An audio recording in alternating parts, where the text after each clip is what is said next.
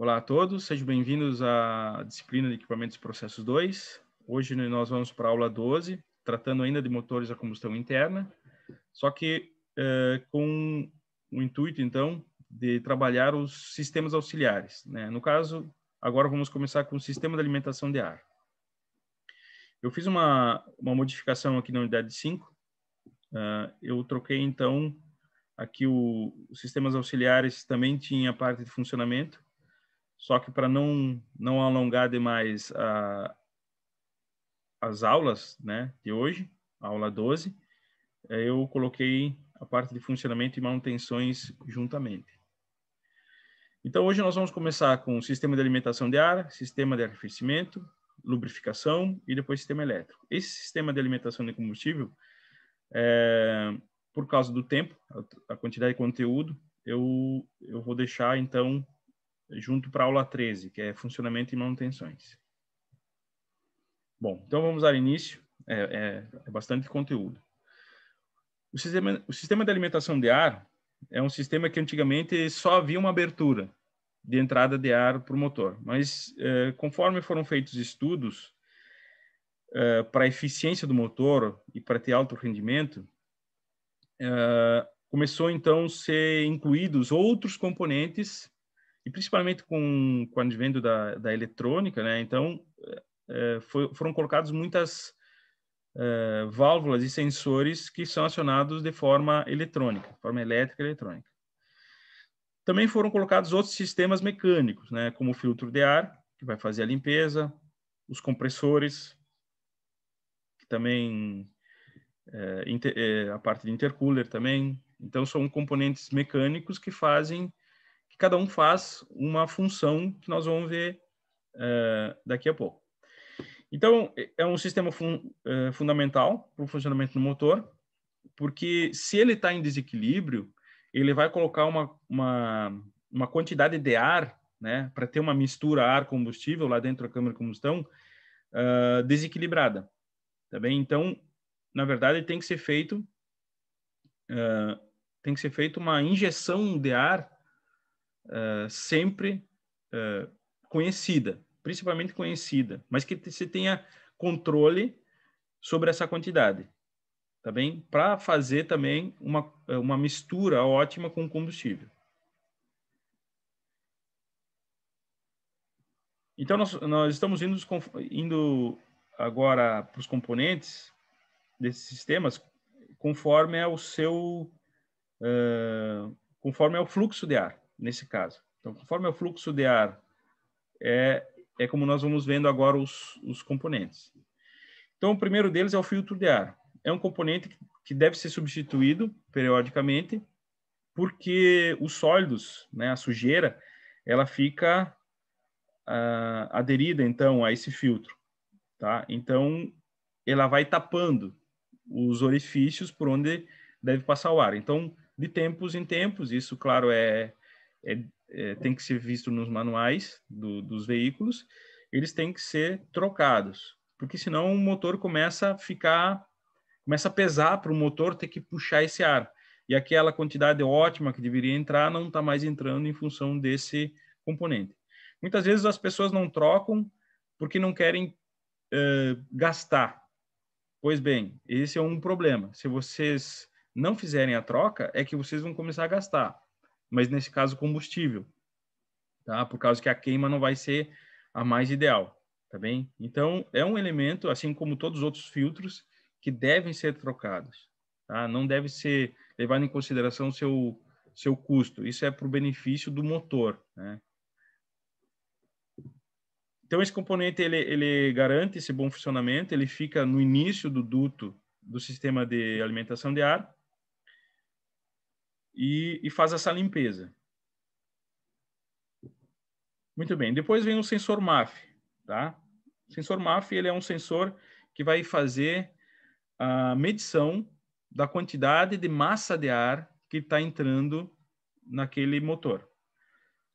Bom, mas claro, existem sensores que são de temperatura e pressão, também fazem essa análise. Só que a análise de temperatura e pressão, principalmente pressão, tem a variável altitude, tá? Porque a pressão varia conforme a altitude. Então, sem esse componente, então, não é influenciado pela altitude. Ou seja, se esse veículo for vendido no Chile, que é uma região que é muito mais alta, o ar é rarefeito, tem muito menos oxigênio no ar, ele não precisa fazer esse cálculo. Na verdade, ele vai fazer simplesmente a verificação da quantidade que está entrando, certo? Ele não precisa fazer cálculos para estimar a quantidade de ar que está entrando. Não, ele já vai ter, né? Mesmo tendo variação de altitude. Muito bem. Então, ele tem esse sensor, né? Claro, é uma sigla em inglês. Ele tem algumas vantagens. Primeiramente, ele mede diretamente a massa de ar. Ele não requer correções, como eu falei para vocês. Se eu tiver um sensor de temperatura e pressão, eu vou ter que fazer algumas correções em função da altitude, né? Principalmente. E claro, altitude, umidade do ar, né? Que tudo isso aí tem variação. Ele não possui partes móveis, então não tem nada que faça uma variação nesse espaço onde ela está atuando, tá? Que aí não provoca um turbilhonamento, né? Não provoca também um fluxo contrário. E por isso também ele não oferece muita resistência à passagem do ar, ou seja, a maior quantidade do ar ela fica passando. Na verdade, só uma pequena quantidade que tem que passar por esses fios, que é um fio de compensação na temperatura ambiente e outro fio aquecido. Conforme a temperatura que passa aqui, ele vai resfriando isso aqui e ele faz a leitura, tá? E aqui é um conector que vai até a unidade central de processamento. Se vocês clicarem aqui nessa imagem, vocês vão ser direcionados lá para um vídeo que é explicativo, então, de como funciona esse sensor, tá? Muito bem. A próxima é a válvula IAC, tá bem? Também é uma sigla inglesa, ela está posicionada aqui, ó, nesse ponto, tá? Logo depois do sensor MAF. Bom, então a válvula IAC, o que ela vai fazer? Ela vai fazer a chamada marcha lenta, tá? Porque quando vocês tiram o pé do acelerador, o que acontece? Essa válvula borboleta fecha totalmente o espaço de entrada de ar. Bom, e se não tiver ar no motor, não há combustão. Ele é um dos 3 Cs, como nós tínhamos visto lá nos princípios, né, fundamentais dos equipamentos de processo. Por quê? Porque nós precisamos de oxigênio para ter uma combustão, né? É calor, combustível e comburente. São os 3 Cs. Então eu preciso de ar, preciso que tenha ar lá dentro do motor. Mas se eu fechar essa válvula, porque ela é o controle do acelerador, o acelerador é que controla ela, né? Controla a abertura e fechamento. Se eu tirei o pé do acelerador, o motor deveria, então, se desligar. Tá? E então, o que acontece? Quando eu tiro o pé do acelerador, essa válvula solenoide aciona essa mola e faz a abertura, então, desse desvio para fazer o quê? Para fazer um fluxo de ar da marcha lenta, que é um fluxo pequeno de ar, mas que mantém o motor em funcionamento. Tá? Então, quando vocês tiram o pé do acelerador, momentaneamente, vocês vão ver que esse fluxo de ar que está passando aqui é o fluxo mínimo para manter ele ligado, tá? Para que ele não se desligue. Tá bem? Então, é para isso que serve essa válvula IAC. Ou, em alguns lugares, vocês vão ver IACV, tá? O V, claro, é de válvula. Então, aqui eu tirei a letra V dessa sigla, tá? Que é o que está aqui, ó, tá? Muito bem. Então, se vocês clicarem aqui, vocês vão ser direcionados lá para um vídeo também explicativo como é que é feito o acionamento dessa válvula. Outra válvula é a válvula borboleta, tá? Que ela está posicionada aqui, Depois nós vamos ver esse TPS, o que ele significa, mas eles estão os dois aqui juntos, tá bem? A válvula borboleta ela é acionada pelo acelerador, ou seja, quando vocês pisarem no acelerador, essa comporta, digamos assim, pivotante, circular, que é chamado prato da válvula, ela vai girar e vai fazer a abertura. Tá? Então, o ar vai passar pelos dois, digamos assim, lados desse eixo. Tá? Então, ele gira quando tu faz o acionamento. Então, quando você acelera totalmente o carro, é quando isso aqui fica na abertura máxima. Tá bem? Então, é esse componente que eu falei para vocês ali, que fica aqui, que é o corpo da válvula, né? Essa aqui é a parte da borboleta, propriamente dita. E ela vai fazer essa abertura e fechamento, mas como agora os componentes são eletrônicos, ela necessita de um acionamento elétrico. Então, esse aqui é um motor que vai fazer a abertura, né? Porque agora não é mais por cabos. Claro, ainda existem os carros que é um cabo de aço, que quando tu pisa no acelerador, ele passa por um condutor, né? Que vai manter esse fio esticado, esse cabo esticado, e vai até o acelerador, né? Lá na borboleta. Então, quando vocês pisam no acelerador, esse cabo se estica e puxa uma mola, né? Gira uma hastezinha, e a mola faz com que ela se feche, tá? A mola sempre tende a deixá-la fechada. Por isso que o acelerador retorna, tá? Então, agora, né, como não existem mais esses cabos, até para facilitar, quando vocês pisam no acelerador, é enviado uma informação via sensor, né, para a central de comando. E a central de comando aciona esse motorzinho aqui e faz girar a válvula borboleta, tá bem? Só que é necessário saber qual é a posição dessa válvula. Se ela está aberta, se ela está fechada, qual que é o ângulo em que ela se encontra, tá? Para ter esse controle. Então, essa válvula vai fazer o quê? Ela vai fazer abertura e fechamento para que tenha uma mistura de ar ideal para fazer a combustão. Bom, e esse aqui é o sensor TPS, que fica conectado a essa válvula, tá? Vamos ver de novo aqui, ó. É um sensor TPS e ele é um potenciômetro, né? Se vocês clicarem aqui, vai ser direcionado para vocês para um vídeo. Que o que acontece? Imagina que aqui é a válvula, né? De abertura e fechamento.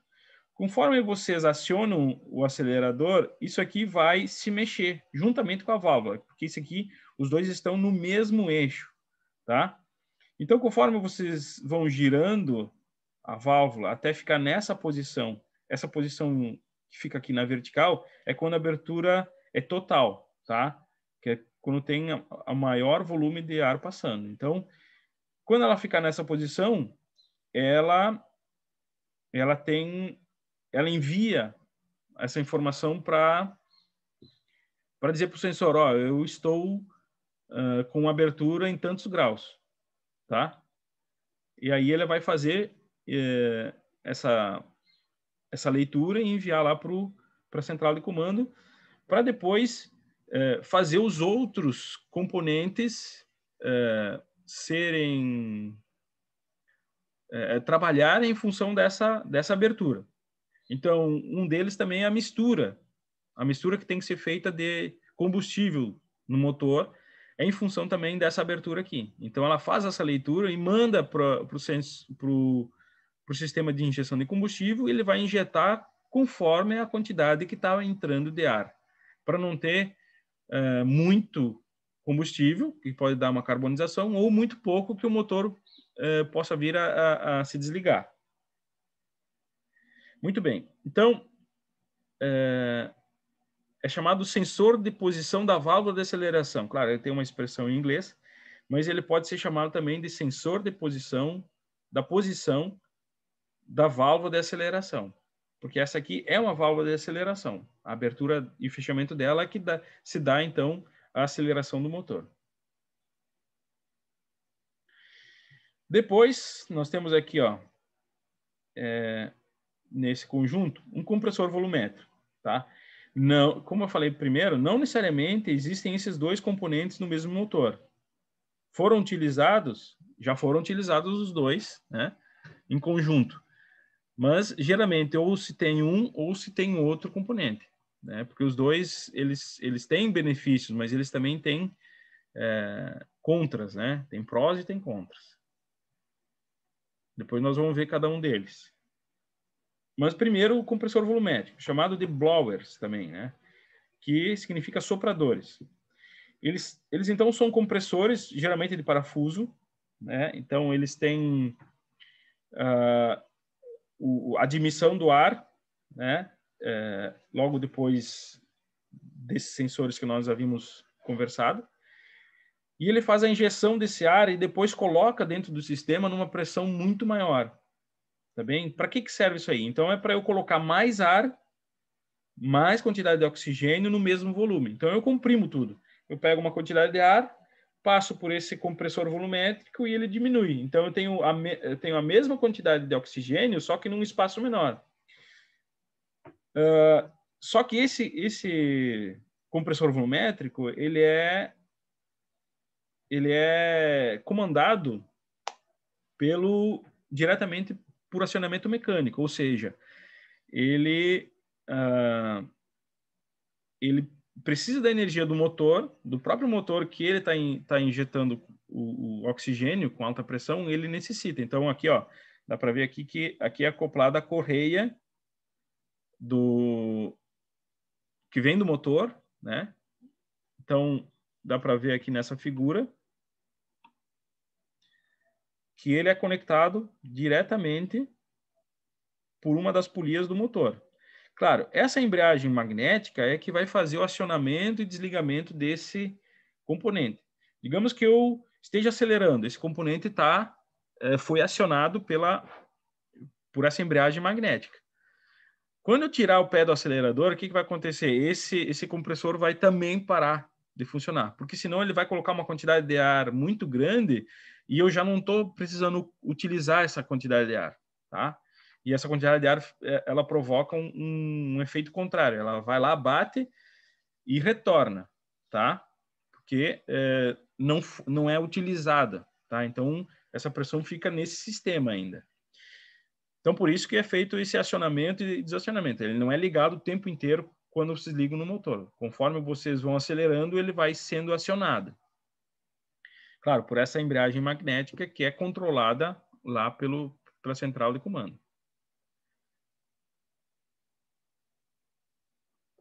Depois nós temos o sensor ACT, que é um sensor de temperatura. Tá? Ele vai fazer a medição da temperatura. Por quê? Porque quando eu faço esse processo de compressão do ar, eu esquento ele. Ele fica quente. Tá? E quando ele esquenta, ele também aumenta de volume. Então, eu tenho que resfriar ele novamente para depois injetar dentro do motor. Que aí ele está comprimido, mas ele aumentou por causa da temperatura. Então, se eu baixar a temperatura, ele volta de novo para o seu estado ótimo. E eu tenho que baixar essa temperatura para quê? Para que os outros componentes, então, não fiquem aquecidos. Tá? Então, para isso que serve um outro componente que é chamado intercooler. Tá? Mas, por enquanto, vamos trabalhar só com esse sensor ACT, que ele está em sequência. Tá? Então, ele vai fazer a medição da temperatura do ar da admissão. Qual é a temperatura que está agora, nesse momento, depois de ter passado pelo turbocompressor. Claro que eu falei para vocês que não necessariamente existe esse componente turbocompressor nos carros. Nem todos os carros possuem. Então, se vocês querem imaginar que não tem esse componente, esse sensor ACT também vai estar lá. Tá? Ele sempre está, esse sensor ACT. Só o compressor volumétrico que muitas vezes não tem. Qual é o que tem, na maioria das vezes, nos carros que agora estão saindo, né? Depois eu vou explicar melhor para vocês por que agora tem muito carro que possui turbocompressor, tá?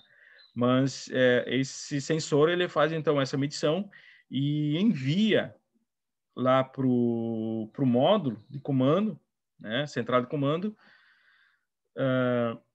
para que ele então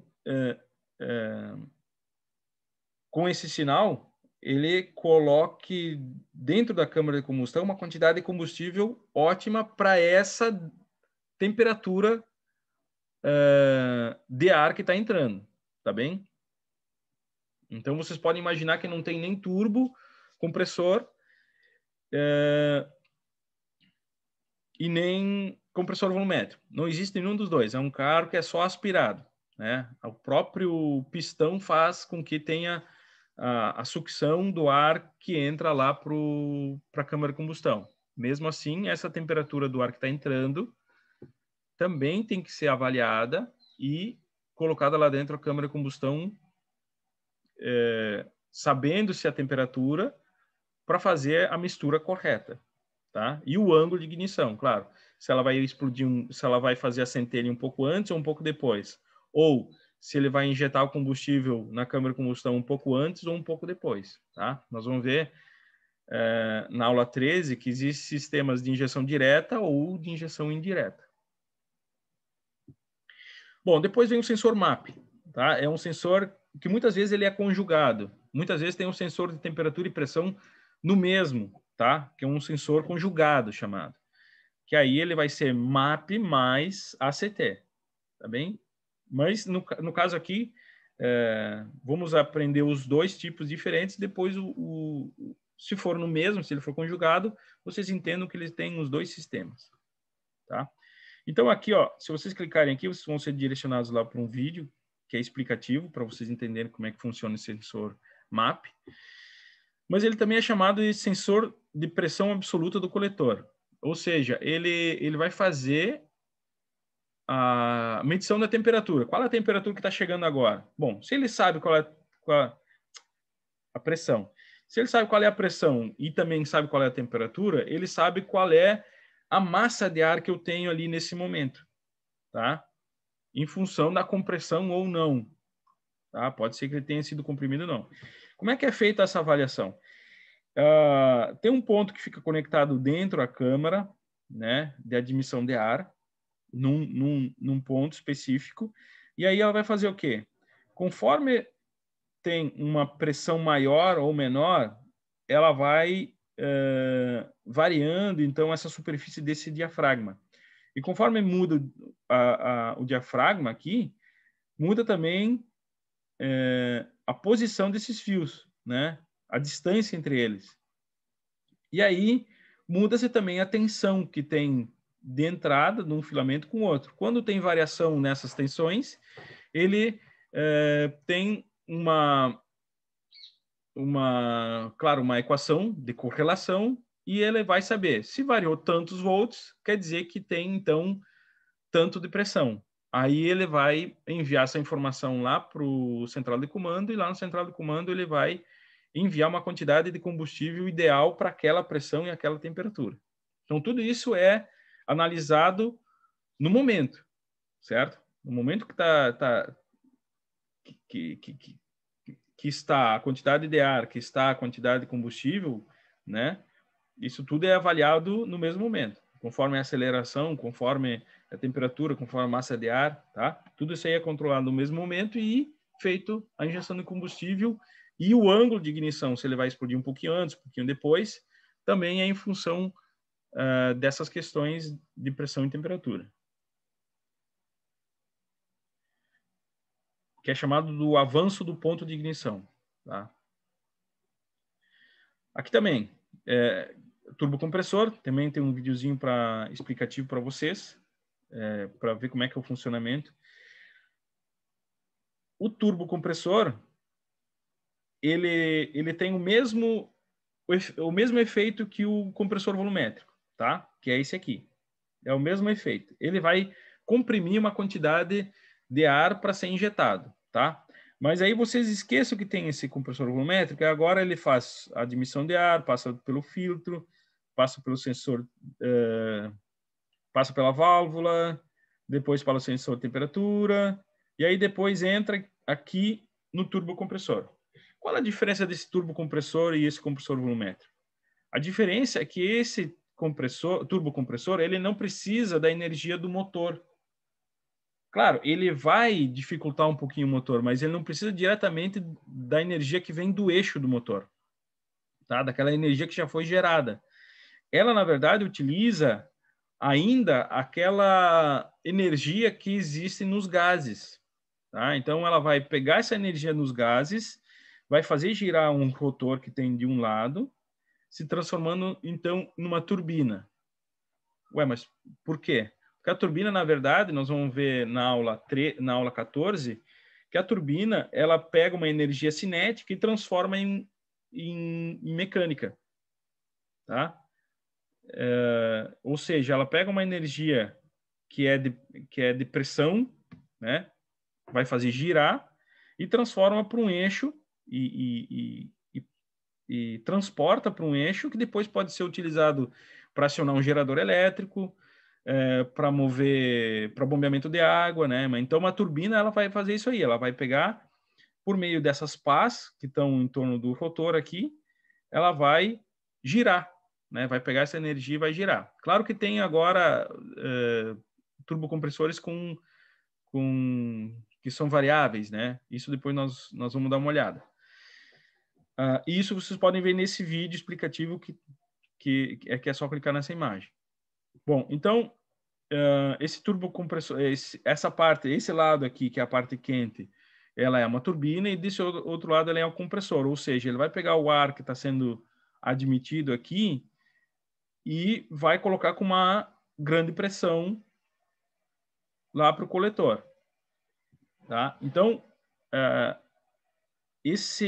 essa parte aqui que é a quente, ela não pode passar para outra, né? Então, o eixo aqui, muitas vezes, ele é resfriado, tá? Ou a óleo, né? Principalmente a óleo, ou quando é feito o próprio resfriamento do motor, né? É feito também via ar, aliás, via água, tá? A água também pode fazer o resfriamento desse eixo, para fazer com que, então, essa temperatura não passe para o lado do compressor, que, por si só, já aumenta a temperatura do ar. Pela própria compressão, já se aumenta.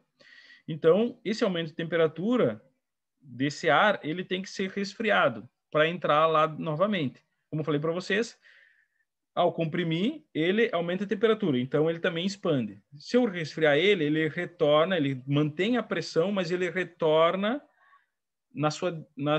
numa densidade ótima, né?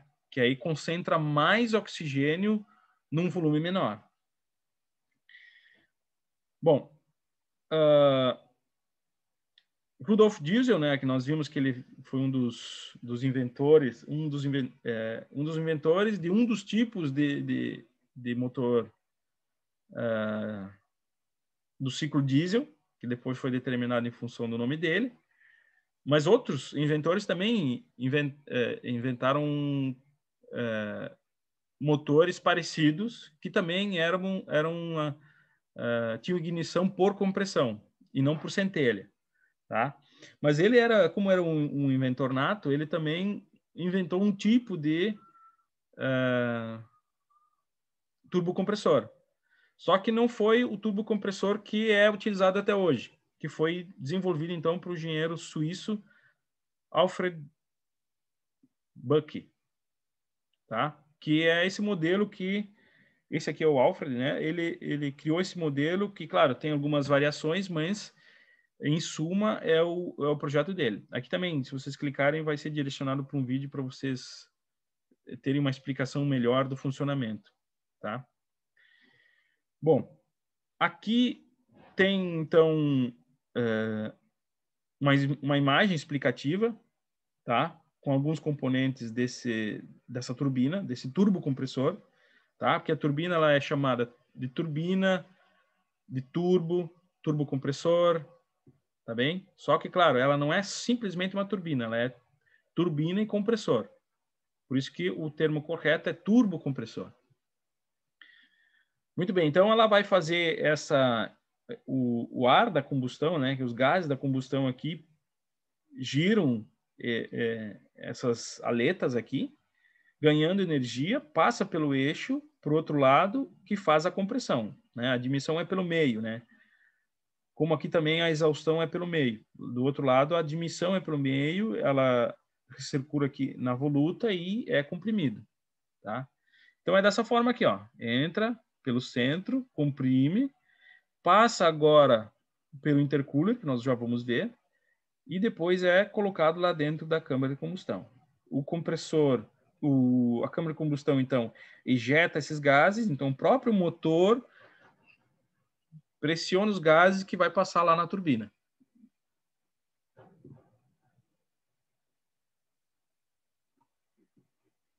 Aqui também tem um vídeo explicativo para vocês, é só clicar aqui e vocês vão ser direcionados para lá. Bom, então, pensando dessa forma, vocês vão pensar o seguinte, então eu tenho, conforme eu aumento a quantidade de ar lá dentro, eu posso também aumentar a quantidade de oxigênio, de combustível. Claro, você consegue aumentar a quantidade de combustível. E aí, então, eu tenho um motor com uma potência muito maior, só colocando um turbocompressor, claro. Só que nem todos os carros, nem todos os motores admitem colocar um turbocompressor se ele não foi projetado para isso, porque a pressão na câmara de combustão aumenta, né? Tem mais pressão lá interna. Bom, mas na maioria das vezes as pessoas colocam turbinas, né? E aí conseguem, o turbocompressor consegue uma potência muito maior. E é por isso que os veículos agora estão vindo com 3 pistões, tá? Mas eles são turbocomprimidos. Ou seja, como eu consigo colocar uma quantidade maior de combustível lá dentro, eu não preciso de outro pistão. Tá? Eu posso ter 3 pistões apenas, com o mesmo tamanho, igualzinho, porque agora eu consigo colocar mais combustível lá dentro. Ou seja, eu consigo mais explosão. E ainda assim, eu consigo eu tenho um consumo de, energia, de combustível menor. Tá? Então, se eu mantiver 4 pistões e colocando ele turbo, eu vou ter um motor muito potente que muitas vezes eu não preciso dessa energia. Então, por isso que os veículos agora estão vendo com carros com motores menores, menos cilindros, mas com turbo compressores, tá? Para fazer, então, uma eficiência energética melhor. Então, vocês veem que essa parte do sistema de alimentação de ar do motor, ela teve uma evolução muito grande, né? Lá antigamente, em 1912, só existia mesmo a entrada de ar, tá? Agora imaginem quantos componentes nós já vimos aqui e quantos mais vocês vão ver depois quando trabalharem na área, né? Tem sempre alguma coisa que vai melhorando. Muito bem. Depois temos uma válvula de prioridade. O que é essa válvula de prioridade? Muitos não colocam essa válvula de prioridade. Isso é um erro, tá? Mas isso, na verdade, é de cada um. Claro que se no projeto já existe, tirar é um grande problema, né? No motor já existe essa válvula de alívio, essa válvula de prioridade, ela vai, então, fazer o efeito necessário para que não tenha um retorno dessa pressão. Ou seja, se vocês estão com a turbina, estão acelerando, então o turbocompressor está em máxima, né? Ele está girando lá próximo de 50.000 RPM. Então, ele está pegando toda essa energia que sai da combustão, né, do escape, e está transformando em compressão. Só que, de um momento para o outro, vocês tiram o pé do acelerador. O que acontece com essa quantidade de giros que a turbina mantém, por causa da inércia? Ela vai continuar mantendo a compressão. Vai aumentar a compressão. Só que lá eu fechei a válvula borboleta. Então, ela está passando lá pela válvula que nós tínhamos visto anteriormente. Vai passar por essa válvula aqui. Uma quantidade pequena de ar. Tá? E aí, porque eu fechei essa minha válvula borboleta, parei. Então, aqui, a turbina, o turbocompressor, ele vai fazer uma pressão muito grande no sistema. tá? Então, essa válvula de prioridade, o que ela vai fazer? Ela vai analisar qual é a pressão que tem ali dentro entre a válvula borboleta e o turbocompressor, né? Nós vamos ver que tem mais uma válvula borboleta ali depois. Quando eu tenho, nesse intervalo entre o turbocompressor e a válvula borboleta, vai ter um aumento de pressão, porque eu fechei a válvula borboleta e o meu turbocompressor está comprimindo ainda esse ar. Então, nessa tubulação é instalada essa válvula de prioridade, que vai fazer o quê? Vai ver qual é a pressão que tem ali dentro. Se ela for excedente, acima do normal, ela vai fazer um escape. Então, você já deve ter ouvido um carro que é turbinado, quando o pessoal acelera demais, isso, claro, para brincadeira, né? Porque a gasolina não está barata. Então, vocês vão ver que ele dá um escape de ar. Né? Quando dá aquele escape de ar, é essa válvula que está sendo acionada. Então, muitas vezes, nos motores que são projetados, não se quer um ruído muito elevado. Então, essas válvulas aqui, elas quase que não têm ruído nenhum no seu escape. Mas, claro, existem outras válvulas de prioridade que o pessoal coloca para que tenha um charme, né? Ter o turbocompressor, então, porque eles fazem, claro, de propósito, fazer essa liberação desse ar com o máximo de barulho possível, tá? E aí, dependendo do projeto dessa válvula de prioridade, né, vai ter mais ou menos ruído, mas, a princípio, a funcionalidade dela é de abertura quando chegar num valor máximo. Então, na verdade, aqui é uma válvula de alívio, se vocês forem ver. Por quê? Porque ela está conectada à tubulação e quando a pressão que tem interna é maior do que a pressão da mola que tem aqui, que também pode ser regulada por um parafuso, então eu posso deixar uma quantidade de pressão maior ou menor, tá? Para ela ser aliviada.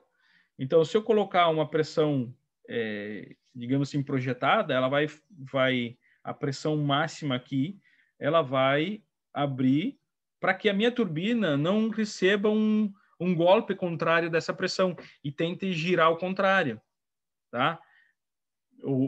Porque as pás vão receber uma pressão contrária, tá bem? E aí vai se somar as pressões, né? Tem a pressão de entrada, mais a pressão que se manteve dentro daquela tubulação, tá? E aí pode provocar um ruído elevado no turbocompressor e também um grande problema, né? Ele pode começar a empenar eixo, pode começar a entortar as aletas, também são vários problemas. Então tem que tomar cuidado com a instalação desse componente aqui. Bom, então é o que acontece aqui, ó. Claro que essa válvula aqui é uma válvula que nós vamos ver agora, que é a válvula Westgate. E aqui, a válvula de prioridade, ela é instalada aqui no meio, tá? A válvula de prioridade. Porque se ele está girando, coloca lá, e aí eu fechei a aceleração, né? Diminui a aceleração, essa pressão vai ficar aqui no meio. E aí o que acontece? Eu tenho um sob pressão, e aí eu coloco aqui essa válvula de prioridade. E a válvula Westgate, para que ela serve? O funcionamento dela é simples também. Então, quando a pressão atinge o máximo regulado pelo sistema, a válvula abre e permite que, então, uma passagem dos gases né, saiam. Por quê? Porque se eu acelerar demais, né, tiver muita aceleração, o que acontece? Todos os gases, a princípio, passam pela turbina. Então, ela vai ficar comprimindo um monte. Só que quando tem um excesso, né, o que ela vai fazer? Ela vai acionar, né, por causa da pressão que tem aqui interna, na entrada, vai acionar essa mola, fazendo com que tenha, então, uma quantidade dos gases saindo, se desviando. Então, ela também vai fazer com que diminua a velocidade da turbina. Só que isso aqui tem um atraso. Tá? Isso aqui é feito um acionamento depois, os gases já passaram. tá? Então, eu tenho toda essa compressão ainda aqui parada. Por isso que eu preciso dos dois elementos. Um, que tire a quantidade de gases que vai passar pela turbina, pela parte da turbina, para não gerar mais potência, mais pressão. E outra é a válvula de prioridade para tirar a pressão que ainda está lá dentro da câmara, da tubulação antes da câmara de combustão.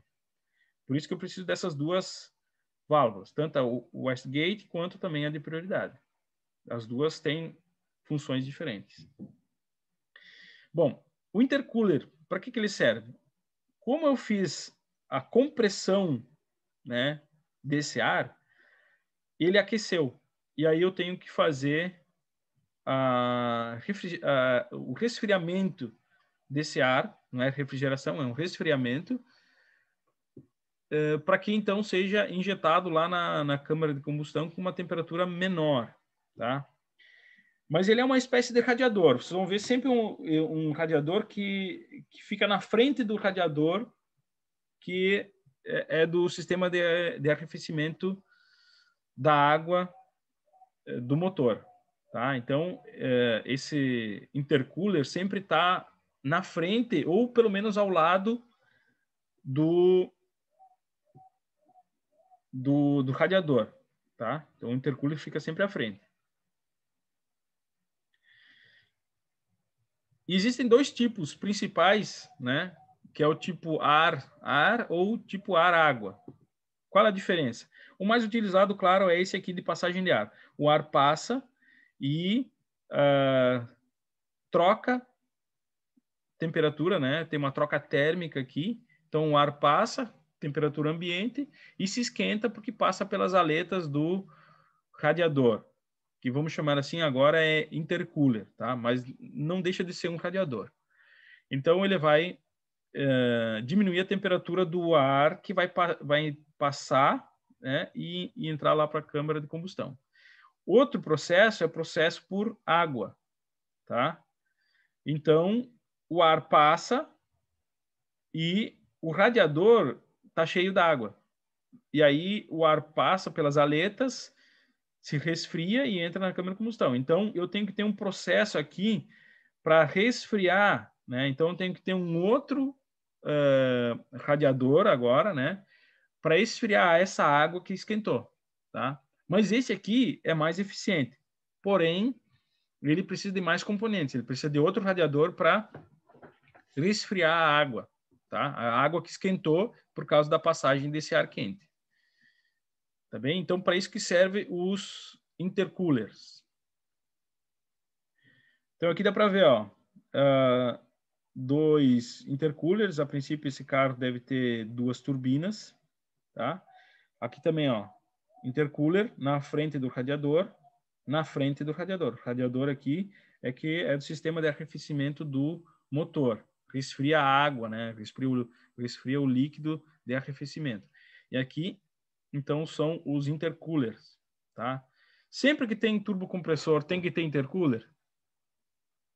Deveria ter, tá? Porque senão a temperatura do ar que vai entrar na câmara de combustão já é elevada, já é muito quente, né? Então, tu diminui para fazer com que tenha uma combustão melhor. Bom, então, o que acontece? Aqui depois, nós temos, depois do intercooler, temos ainda um sensor de pressão e temperatura, né? Igualzinho aquele IAC e o MAP, que eu falei para vocês, para fazer também a leitura, né? Tanto da entrada aqui, quanto da saída do intercooler. Então, antes do intercooler e depois do intercooler, eu tenho que fazer essa verificação.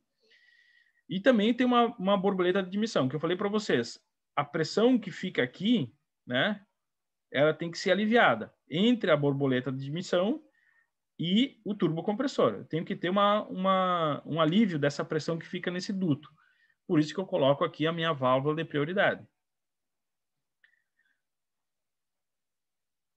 Muito bem. Então, esses dois componentes aqui, nós não vamos conversar sobre eles, porque vocês já viram anteriormente, né? Nós já tínhamos visto.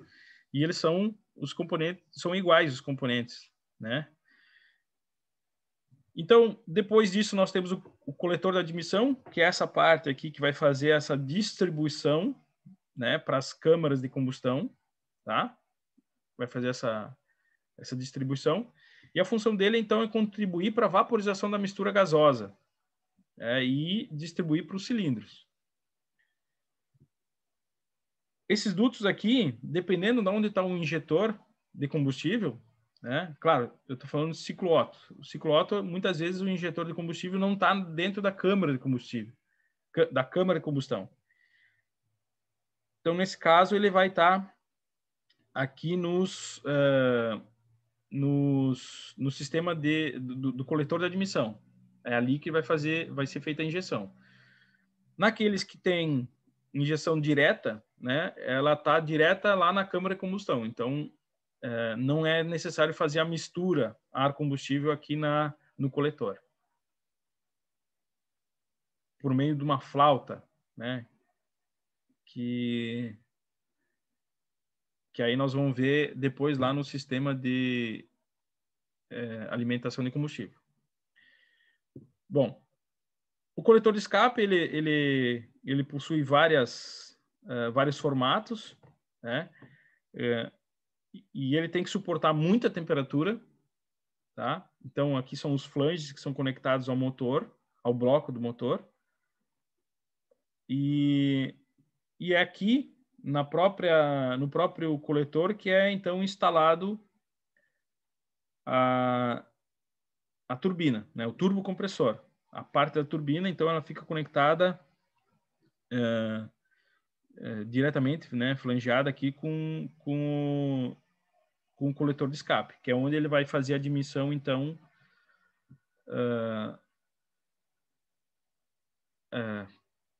da turbina, né, onde os gases vão entrar na turbina para, então, girar o eixo que comprime do outro lado o ar de admissão.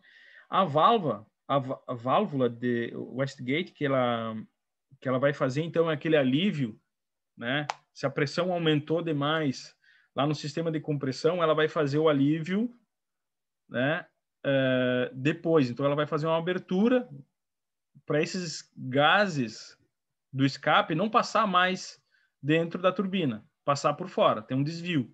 Então, esse desvio, ele pode ser tanto no coletor, como também pode ser externo, tá? Pode ser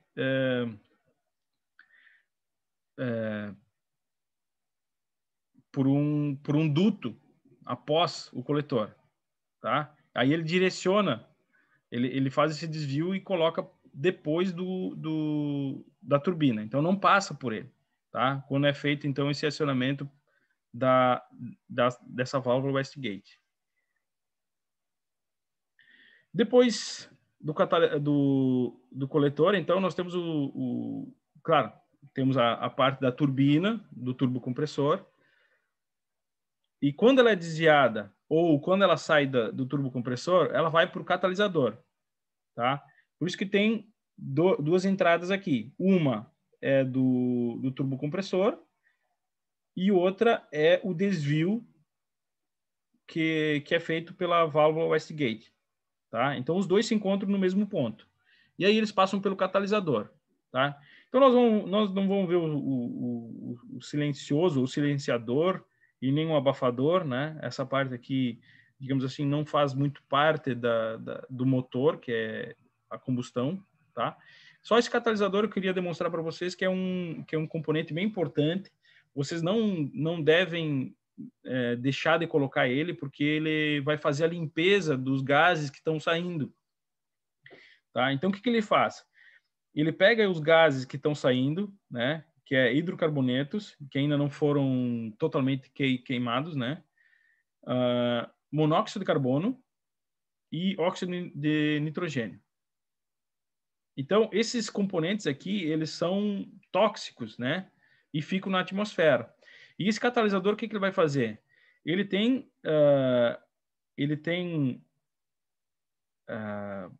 dentro dos componentes dele aqui, ele tem metais que vão fazer, então, a ligação com esses componentes e transformar eles em água